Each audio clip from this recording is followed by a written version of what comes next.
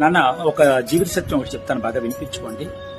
కొంతమంది అంటూ ఉంటారు, లేదా వింటూ ఉంటాం మనం, కర్మ ఎవరిని విడిచిపెట్టదని. అది మాత్రం వాస్తవం. కర్మ ఎవరిని విడిచిపెట్టదు. ఎప్పుడు ఎక్కడ ఎవరిని ఏ విధంగా చుట్టముట్టాలో అప్పుడు ఆ విధంగా చుట్టముట్టేస్తుంది. దానికి పక్షపాత బుద్ధి అనేం లేదు, తెలిసిందే. అయితే దానికి అందరూ తల వంచవలసినదే, అందరూ ఆ కర్మని అనుభవించవలసినదే. ఒక ఘడియ ముందు ఒక ఘడియ వెనక.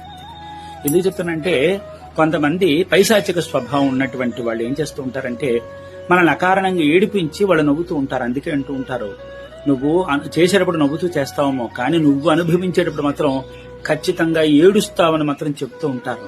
అంటే ఎందుకు చెప్తానంటే, కొంతమంది అకారణంగా పాపం వాళ్ళ మీద ఎంతో విశ్వాసం పెట్టుకున్నటువంటి వాళ్ళని మానసిక క్షోభకు గురి చేసి, అబద్ధాలాడి మోసాలు చేసి వాళ్ళని చిత్రహింసలకు గురి చేస్తూ ఉంటారు, మానసిక క్షోభను గురి చేస్తూ ఉంటారు, తెలిసిందా. అలాంటి వాళ్ళు పాపం వీళ్ళు బాధపడుతూ ఉంటారు, ఇదేమిటి మమ్మల్ని ఈ విధంగా మానసిక క్షోభకు గురి చేస్తున్నామని చెప్పి అంటూ ఉంటారు. మీరు బాధపడుతూ ఉంటారు. మనం అంటే ఎందుకంటే బాధపడకండి అంటూ ఉంటాం.